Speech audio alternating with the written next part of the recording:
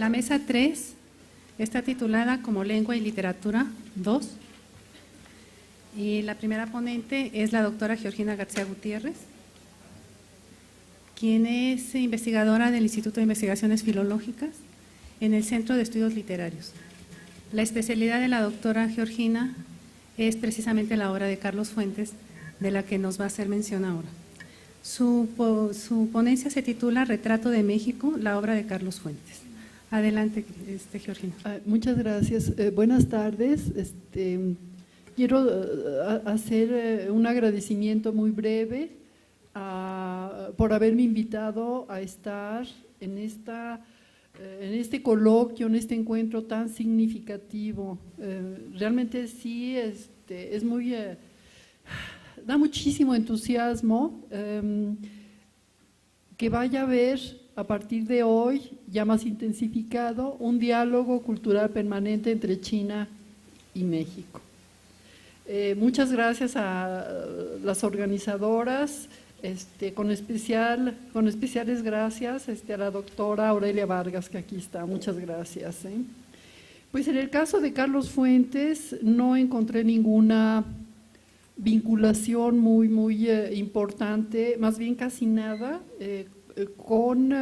con China, excepto en terrenos que eran como de las relaciones internacionales, por lo cual mi presentación es sobre Carlos Fuentes y su obra, haciendo una síntesis de algunas de mis investigaciones sobre ambos aspectos. Se llama Retrato de México, la obra de Carlos Fuentes, Memoria, Examen Crítico, Juego de Espejos, Arte. La intensa relación de Carlos Fuentes con México define su identidad como escritor mexicano y da origen a su obra. La vocación literaria del joven Fuentes se afianzó y dio sus primeros frutos en un contexto cultural que favorecía al talento, en una ciudad que estimulaba la creación artística y en un tiempo propicio para el desarrollo de proyectos intelectuales y culturales. Después del primer renacimiento mexicano de la posrevolución, llamado así por el muralismo de la Escuela Mexicana de Pintura, el país vivía la efervescencia de un segundo renacimiento, aunque ya sin la euforia de la reconstrucción. Si bien Fuentes empieza a publicar libros en la década de los años 50, en el centro de la tensión maniquea entre nacionalismo y universalismo, también lo hace en medio del clima de modernización cultural, de renovación, que involucró a las distintas ramas del quehacer artístico y literario. El México de su juventud sugirió a Fuentes un proyecto personal y asimismo le dio las circunstancias para llevarlo a la práctica. Examinado ahora en sus dos facetas de creación literaria y de promoción cultural, el proyecto está a favor de la apertura y en contra del maniqueísmo y de la intolerancia. La faceta individual del proyecto de Fuentes es la escritura de la primera novela, La región más transparente, 1958, que a la larga, ya valorada con la trayectoria del escritor, consagrado como gran novelista, resultó ser la propuesta para la renovación del género novelesco. En ese entonces, el joven escritor, ya conocido por sus artículos y por el libro de cuentos Los días enmascarados de 1954, escribió como becario del Centro Mexicano de Escritores esta nueva novela, obra mestiza, mexicana y universal al mismo tiempo. Así, con La región más transparente, novela mural, Fuentes funda su poética e inicia la narrativa sobre la Ciudad de México moderna, continuada a través de toda su vida literaria. El novelista concluye simbólicamente esta línea 50 años después con La voluntad y la fortuna, 2008, que expresa por medio de la forma novelesca los cambios de la Ciudad de México como lo hizo con La región más transparente. La faceta social del proyecto de modernización de Fuentes es la Revista Mexicana de Literatura que fundó y dirigió con Emanuel Carballo. La publicación tendió puentes a otros países, recibió a las artes, la cultura y las letras de todo el mundo y se convirtió en un vehículo de comunicación internacional. Fue una revista que, en contra del dogmatismo de cualquier tipo, de la intolerancia y de la cerrazón, promovió otra visión del mundo y un cambio de mentalidad. Se propuso así la vinculación, difundir lo mejor de las letras y las artes de México y que este país estuviera al tanto de lo mejor que se producía en el extranjero. Una revista joven, incluyente, moderna, cuyo espíritu sigue de cerca en varios sentidos el ejemplo de su modelo, la revista Contemporáneos. México se volvió desde los comienzos de su carrera el centro de la producción literaria de Fuentes y el gran tema de su literatura. México había traído su mirada desde niño en las vacaciones, cuando volvía de los distintos países a los que su padre era enviado, y cada vez más se fue convirtiendo en el objeto fundamental de su examen, de su crítica y la más importante materia de su representación narrativa. Historia, artes, literaturas, culturas, gente de México, examinados por Fuentes, fueron los ingredientes indispensables de una obra innovadora que, para retratarlos, para atesorar el tiempo mexicano, mezcló lo nacional con lo universal. El escritor se valió de modelos literarios de la gran novela universal, James Joyce, John Dos Passos, de técnicas y procedimientos de otras literaturas y recurrió a diversos lenguajes artísticos. La pintura, el cine, la música coinciden intertextualmente en el espacio artístico de cada texto narrativo de Fuentes. La relación apasionada de Carlos Fuentes con México, sin duda una relación fuera de serie, de amor y odio, de atracción y rechazo, pero siempre estimulante de su creatividad, tiene matices que la distinguen de la que sostuvieron con el país otros artistas y filósofos del siglo XX y que también se interesaron en su singularidad. Aunque vinculadas junto a las inquietudes personales sobre su vocación, están las reflexiones que tuvo sobre la nacionalidad, sobre México y el ser del mexicano. Estas últimas inscriben a Fuentes en la misma línea de pensamiento de algunos de sus interlocutores mexicanos, quienes forman parte del contexto ideológico, literario y cultural en el que empieza a escribir. Estos pensadores pertenecen a la filosofía de lo mexicano en auge durante la década de los años 50, la época de gestación de su poética, cuando él mismo se cuestionaba sobre su identidad mexicana y sobre su vocación. Sus cuestionamientos son afines a las preguntas formuladas por los intelectuales mexicanos de diferentes generaciones y disciplinas que más lo inspiraron en el arranque de su carrera. Entre ellos se encuentran, por ejemplo, Alfonso Reyes, Diego Rivera, Octavio Paz, el mismo Samuel Ramos. Carlos Fuentes nació lejos de México el 11 de noviembre de 1928 en la ciudad de Panamá, en donde su padre comenzaba la carrera en el servicio exterior como agregado de la legación mexicana. Según los destinos diplomáticos, en la niñez y en la adolescencia vivió en Brasil, Chile, Argentina, los Estados Unidos, hasta que en 1944 empieza una etapa decisiva de su vida. Lo cito. A los 16 fui a vivir permanentemente a México y ahí encontré las respuestas a mi búsqueda de identidad y lenguaje en el delgado aire de la meseta de piedra y polvo, que es la imagen india negativa de otra altiplanicie, la del centro de España. Termina cita. Ese fue su regreso más importante, pues si en todos los regresos anteriores Fuentes fue conociendo poco a poco a su país, este encuentro existencial y creativamente fue un verdadero descubrimiento de México. Una revelación sobre sí mismo y sobre su país. Deslumbrado por sus riquezas culturales, por sus inagotables sorpresas, se define su identidad mexicana y a la par decide que seguirá su vocación, que el español será su lengua literaria. Fuentes elige convertirse en un escritor de México, es decir, elige la mexicanidad, lo cito. Cuando finalmente llegué a México, descubrí que era real el país imaginario de mi padre, pero más fantástico que cualquier territorio imaginado. Escribí con urgencia porque mi ausencia se convirtió en destino, pero un destino compartido, el de mi propio cuerpo como hombre joven del cuerpo viejo de mi patria. Pero el lenguaje pertenecía a todos, a la vasta comunidad que escribe, habla y piensa en español. Y sin ese lenguaje no podría darme realidad ni dársela a mi país. Termina cita. Para escribir sobre México, el joven Fuentes buscó la forma literaria apropiada, moderna, artística, que representara al país en el ingreso a la modernidad, la región más transparente. Esta novela experimental, constituida como un mural, inicia y funda la nueva novela, y es también el comienzo del gran retrato muralístico que fue completando el conjunto de toda su narrativa. Puede decirse que la producción artística e intelectual de Fuentes integra un mural continuo que representa a México durante varias décadas y que el autor fue completando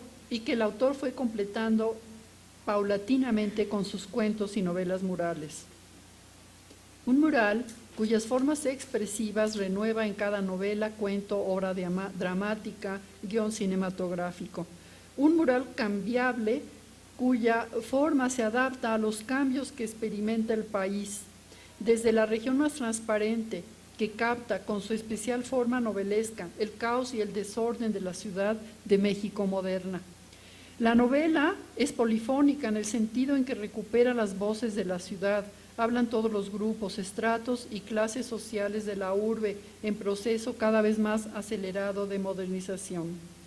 Con un interés enfocado en la capital de México como objeto central de observación y como disparador de la búsqueda de la nueva novela, Fuentes revela una ciudad en tanto el verdadero corazón del país. Esta primera novela mural inicia el retrato del México moderno a partir de retratar a la Ciudad de México capital, centro histórico, político, económico del país, como pone de manifiesto. Una ciudad moderna y al mismo tiempo sagrada, mítica, fantástica, maravillosa, literaria, en la que conviven con el presente de la modernidad todos los pasados, prehispánico, colonial, decimonónico. Esta novela es además la biografía textual y la memoria de la Ciudad de México, constituida por los textos que desde las crónicas de la conquista se ocuparon de ella. Carlos Fuentes murió el 15 de mayo de 2012 en la Ciudad de México, que fue el origen de su inventiva, de sus obsesiones y de su arte. Regresó por última vez a la ciudad que desde la adolescencia estimulaba su imaginación, creatividad, a la que dedicó una novela por la que renovó el género novelesco y a la que retrató durante toda su vida. Muchas gracias.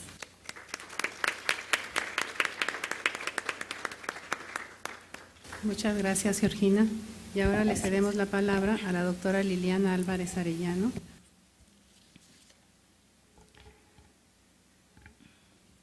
Antes de Bonifaz Nuño, incluyendo a Covarrubias, se entendían las imágenes de Tlaloc, sobre todo las olmecas, como la representación de un feroz animal, el jaguar. En distintos autores, algunos hasta la fecha, hablan de feracidad, de los ojos y las fauces, como se ha hablado también del taotie.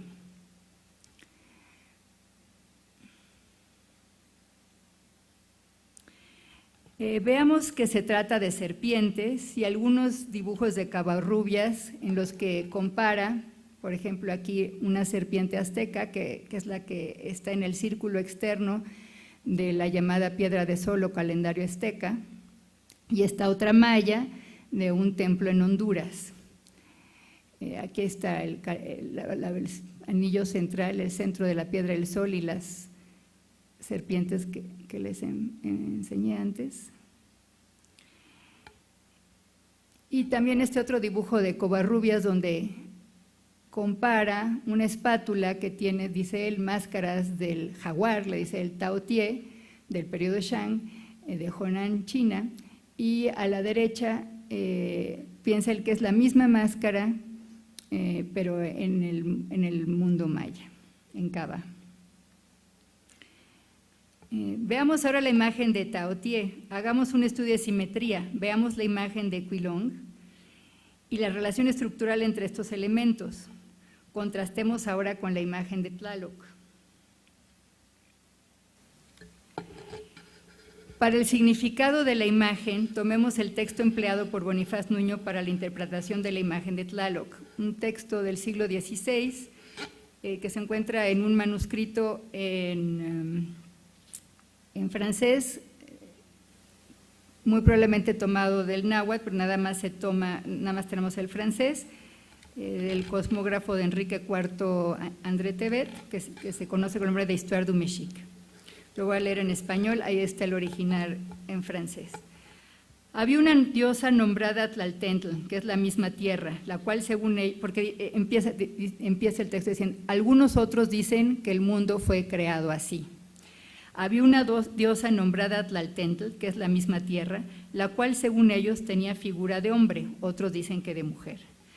Algunos otros dicen que la tierra fue creada de esta suerte. Dos dioses, Tzalcoatl y Tezcatlipoca, trajeron a la diosa de la tierra, Atlalteutli, de los cielos abajo, la cual estaba llena en todas las coyunturas de ojos y de bocas, con las cuales mordía como una bestia salvaje. Y antes que le hubieran bajado, había ya agua, la cual no saben quién la creó, sobre la cual esta diosa caminaba. Viendo esto, los dioses dijeron, hay necesidad de hacer la tierra. Y en diciendo tal, se cambiaron los dos en dos grandes serpientes, de las cuales una asió a la diosa desde la mano derecha hasta el pie izquierdo, otra para la mano izquierda al pie derecho, y lo oprimieron tanto que le hicieron romperse por la mitad. Y de la mitad hacia los hombros hicieron la tierra, y la otra mitad la llevaron al cielo. Tenemos así, y aquí me disculpo por solo estarlo interpretando, presentando tan apretadamente, pero tenemos la posibilidad de interpretar este símbolo, el Taotie, y por otro Tlaloc, como expresión de un lenguaje visual compartido en un área cultural muy extensa, portador de un mensaje humanista. Así, en México, estudiosos chinos pueden encontrar claves para descifrar parte de su pasado, y en China, los estudiosos mexicanos podemos encontrar ancestrales raíces de un humanismo compartido. Muchas gracias.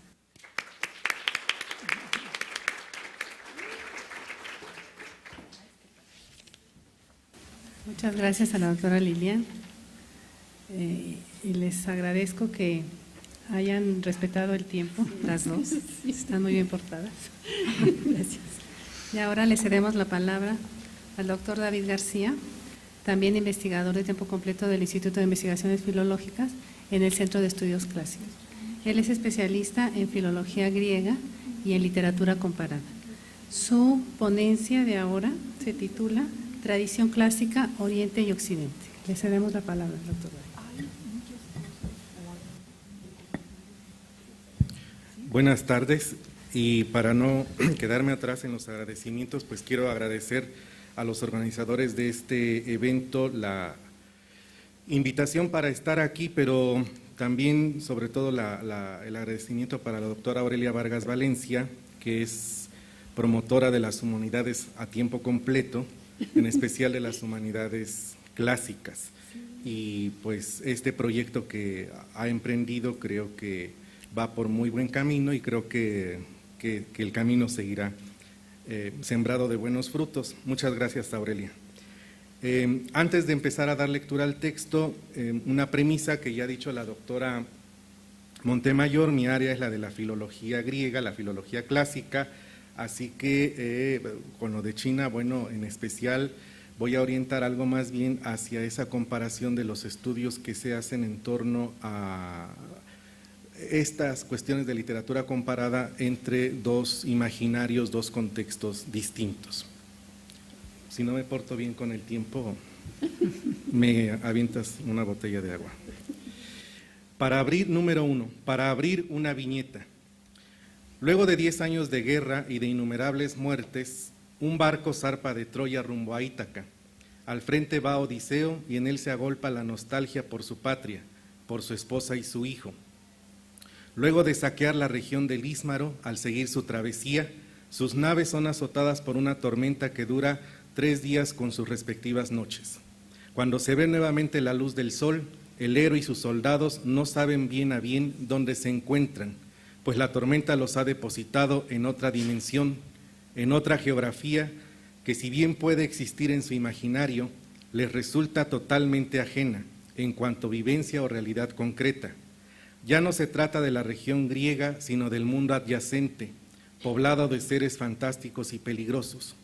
En ese espacio dilatado, Odiseo andará errante otros 10 años y solo hasta el 20º desde que partió podrá ver nuevamente a su añorada Ítaca. Las aventuras de Odiseo abarcan un espacio figurado que va de la tierra de los lotófagos a la isla de la ninfa Calipso.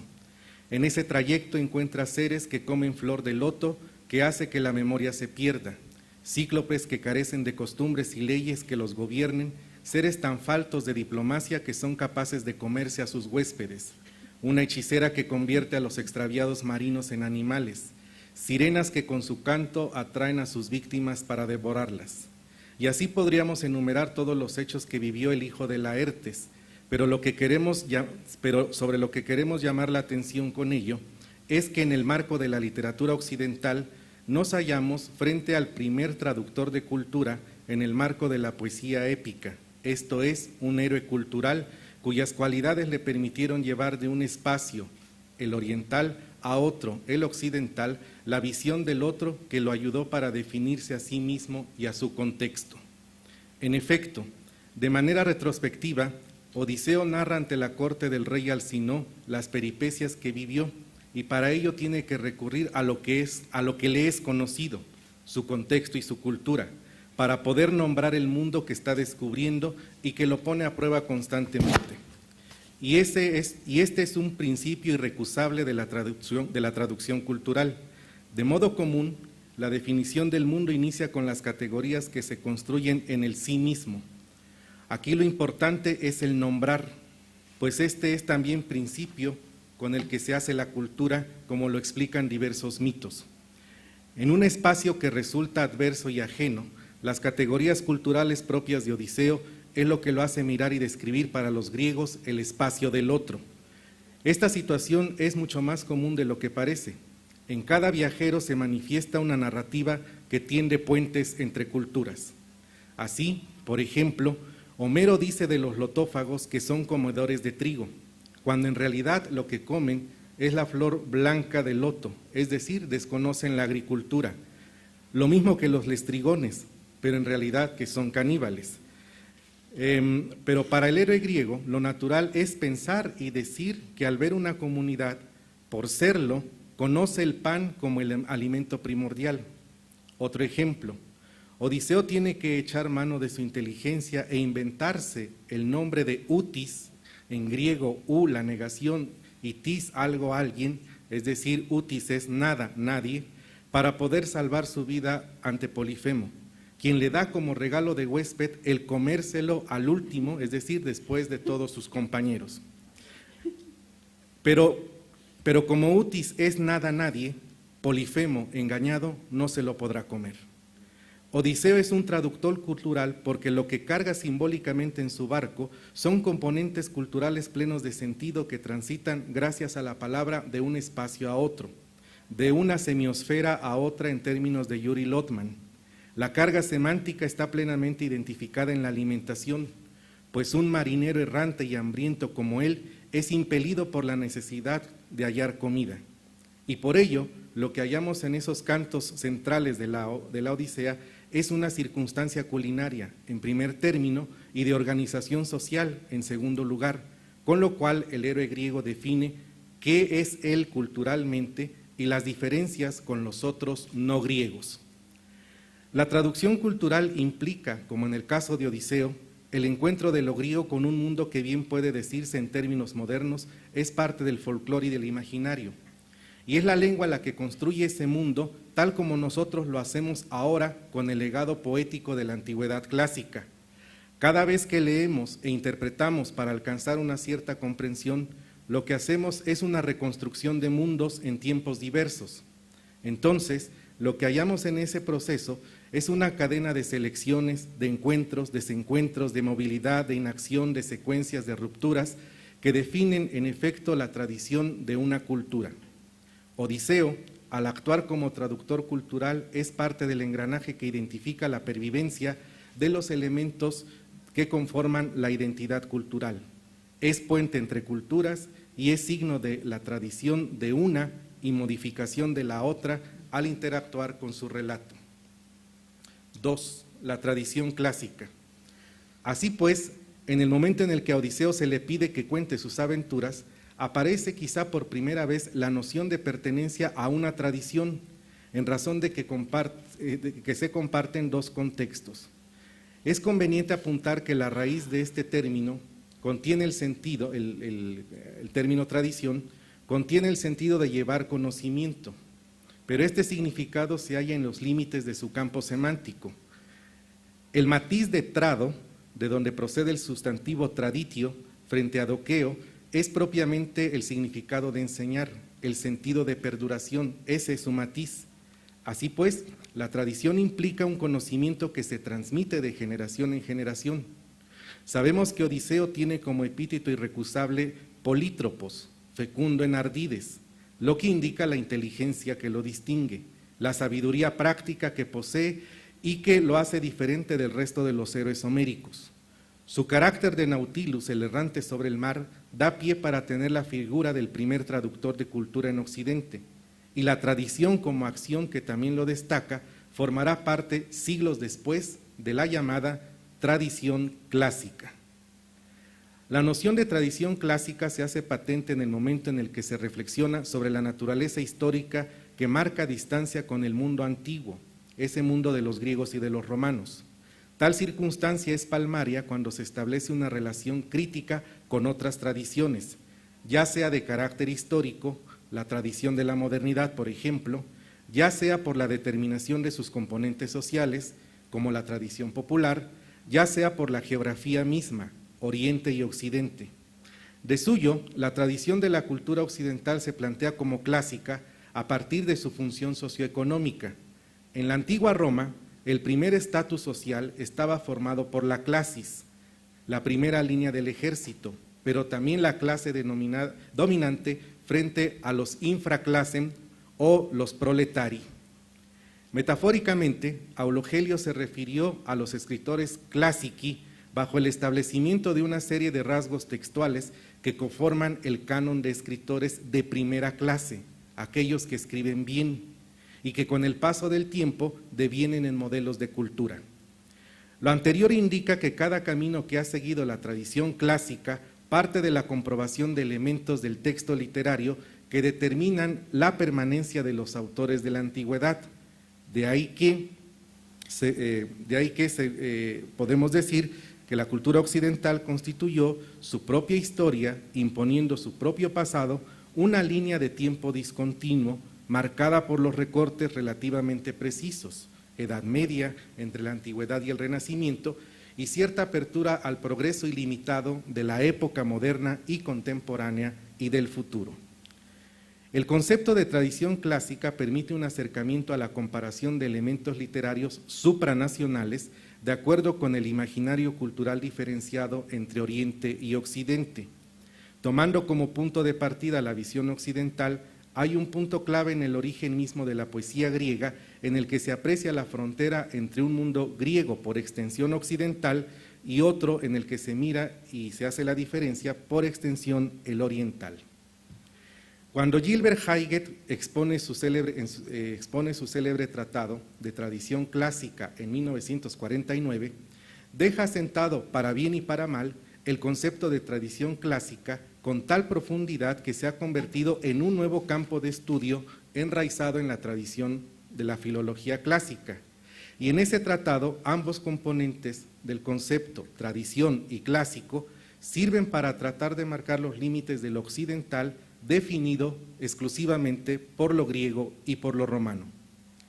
Como sucede con una gran mayoría de los trabajos señeros de esta área, el tratado de Haigett se mantiene como referencia obligada, pero por otra parte no escapa la idea de que lo occidental viene a ser el canon de los classici, de lo que ya hablábamos hace un momento, sobre todo de un eurocentrismo marcado por la filología germana y la inglesa sobre todo, dejando fuera de ese mundo al resto de espacios en los que lo clásico era también una realidad viva.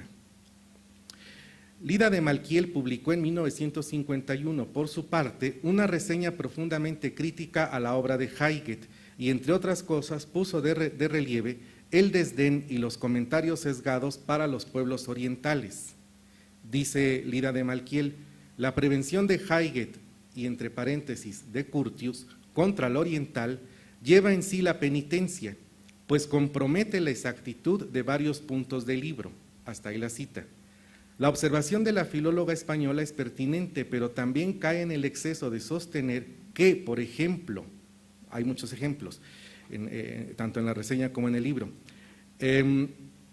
para el caso de la Divina Comedia, el antecedente primordial no es el viaje de Odiseo al inframundo, sino la tradición de la escatología musulmana.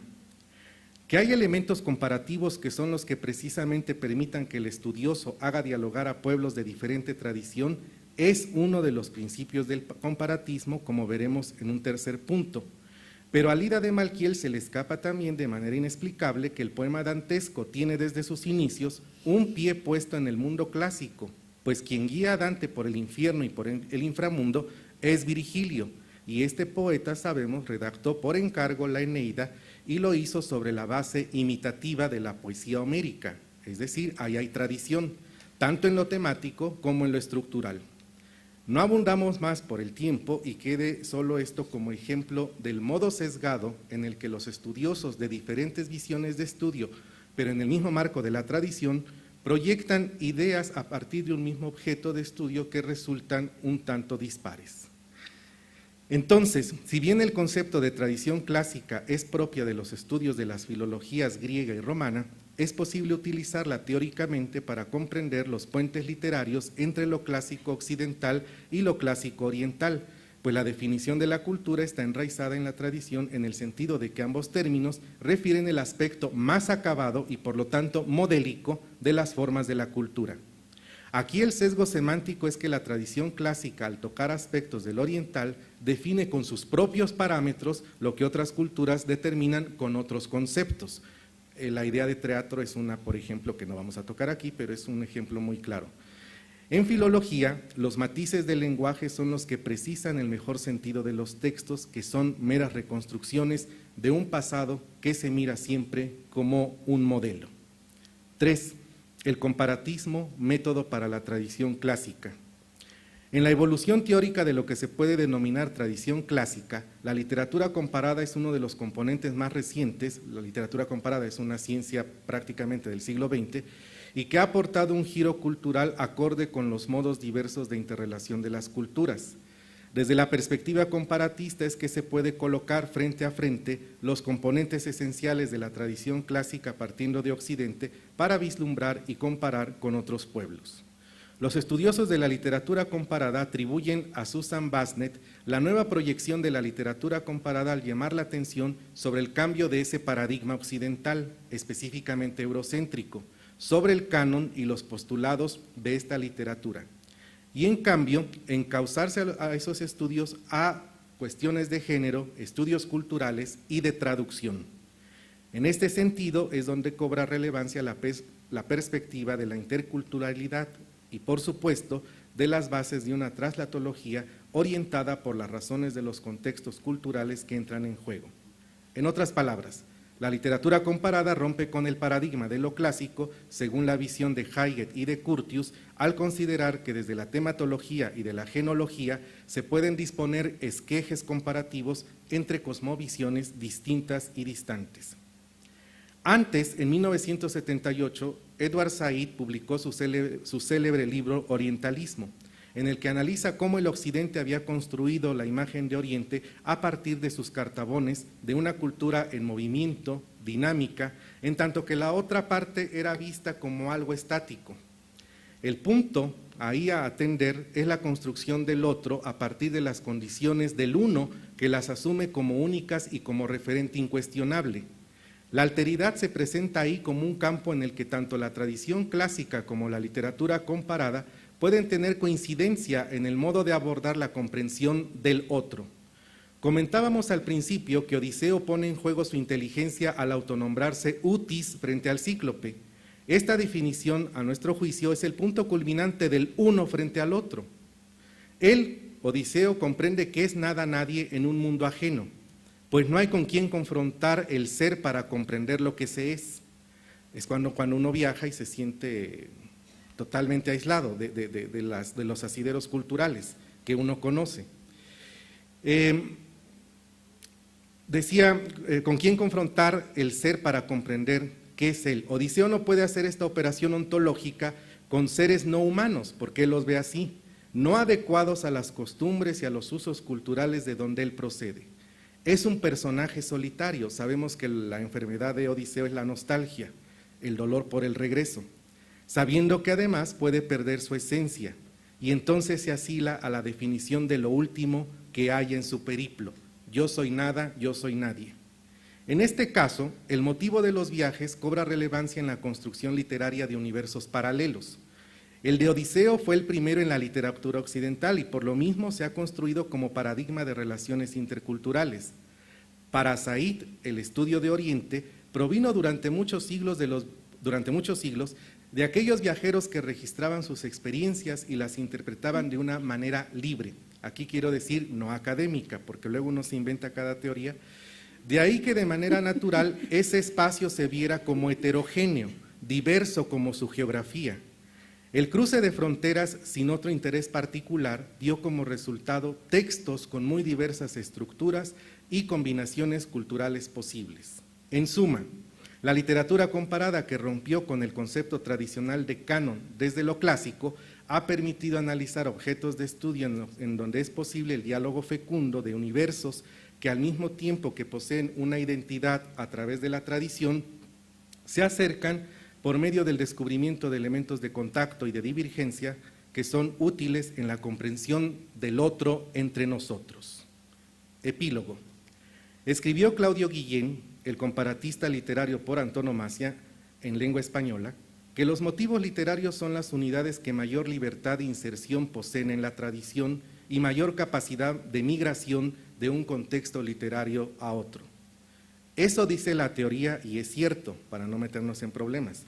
Pero más trascendente es darse cuenta que por el puro placer estético, dos imaginarios distintos, el griego y el chino, miran la luna, una misma, a través de sus poetas, cuyas imágenes los acercan, nos acercan. Escribió Zhang Yulin hacia el siglo VII. Sobre el mar crece una luna de satín. Los dos la contemplamos desde extremos diversos. Triste, lamento la noche tan larga y me acuerdo de ti. Apago el farol, prefiero la luz de la luna. Me pongo el capote y salgo, siento el rocío que nos moja. Me duele no poder atrapar un rayo de luz y ofrecértelo. Regreso y me tiendo en el lecho, quizá pueda verte en el sueño.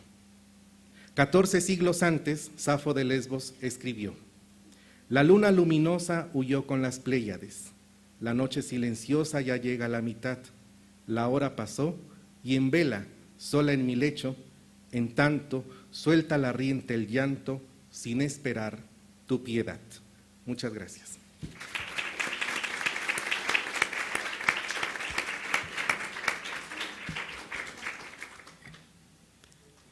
Muchas gracias, David. En esta mesa vimos una visión de México, 3 diferentes, y lo interesante que fue un acercamiento a Oriente, por el lado clásico, por el lado, pues, ¿qué será? Iconográfico, y con Carlos Fuentes, que es nuestro representante de la Ciudad de México, ¿no? Del que describe la Ciudad de México. Les agradecemos mucho su presencia, su atención. Y terminamos esta mesa y damos paso a lo que sigue. A ver.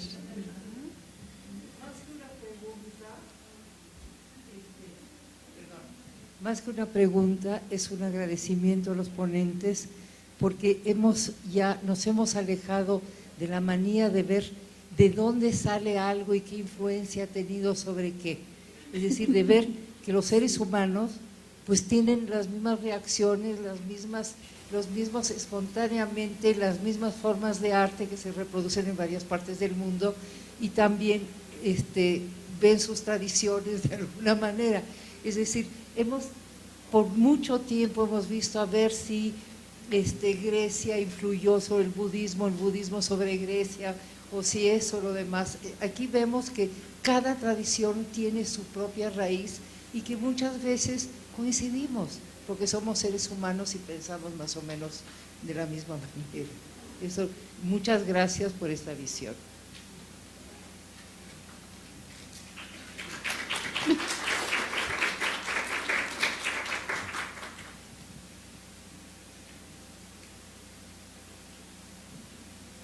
¿Alguien más? El final de tu ponencia me voy a permitir comentar. No, es que ahorita los que no me conocen, mi hermano Carlos Montemayor escribió desde su juventud cuentos con mucha influencia de los chinos, y de esos cuentos pequeños, me recuerdo de uno, a ver si ustedes se acuerdan, que dicen que estaba soñando que era una mariposa, ¿sí? Y que cuando despertó ya no sabía si era una mariposa que soñaba que era un hombre o un hombre que era una mariposa. Voy a llorar. Muy bien. Sí.